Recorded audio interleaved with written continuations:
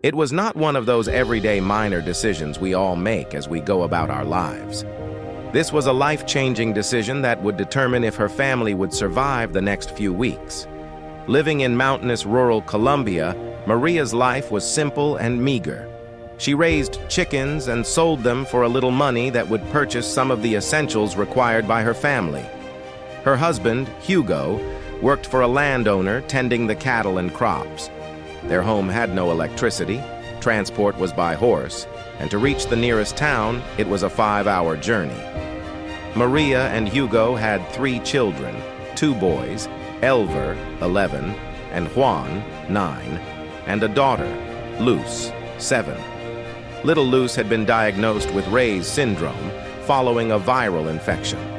This rare condition sadly resulted in brain damage and a disability that restricted her movement to a wheelchair. To compound her challenges, Maria had recently given birth to another baby boy. The infant died after only 3 short weeks with the family. Hugo experienced so much distress over this that he suffered a major stroke which left him paralyzed, unable to speak, and with a walk that was reduced to a shuffle. He also suffered significant brain damage and was unable to work. If all this wasn't enough to cope with, Maria had to be vigilant on another front. A local terrorist group, whose favorite tactic was taking foreigners hostage and demanding large ransoms for their release, was operating in the jungles nearby. They also kidnapped children and trained them to be terrorists, as well as demanding money from local area residents. Often Maria would have to surrender half of her chicken money when they came to call unexpectedly. One day they wanted more than money. Young Elver was their target, a ripe young prospect to join their ranks in the jungle. Maria screamed and pleaded with them. "Don't take him away, he's my son." Thankfully, they relented. This was Maria's defining moment. The moment when you trust your intuition, not caring or knowing what the outcome will be. You just know that you must act immediately. This was a choice that could change Maria's future.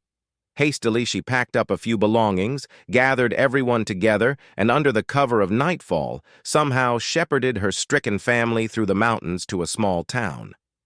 The all-night journey on foot was slow and arduous. They had to be careful not to make any noise in case the terrorists heard them. With the little money they had, Maria and her exhausted family boarded a bus to the Venezuelan border. There were several checkpoints there, and having no papers, Maria had to muster all of her persuasive skills to convince the guards to let them through. Hugo, her husband, was also very sick. A local woman, whose daughter was from Colombia, noticed their plight and arranged for them to stay with her in Caracas. After months of applying for refugee status at various embassies, a door finally opened. Canada had accepted them. Maria had no idea where Canada was and had never been on a plane in her life. A few days later, she and her family arrived in Toronto on a very cold January day, determined to start a new life. As of this writing, her boys are doing well in school, Maria is slowly learning English, and Luz, her daughter, is now walking, thanks to the care of some very skilled doctors and nurses. Life is still full of challenges as this new adventure unfolds, but Maria's immense gratitude shines through her eyes with everyone she meets. We all face defining moments that can transform our lives in positive ways, if we are prepared to step into our fear and then focus and follow through with courage and determination.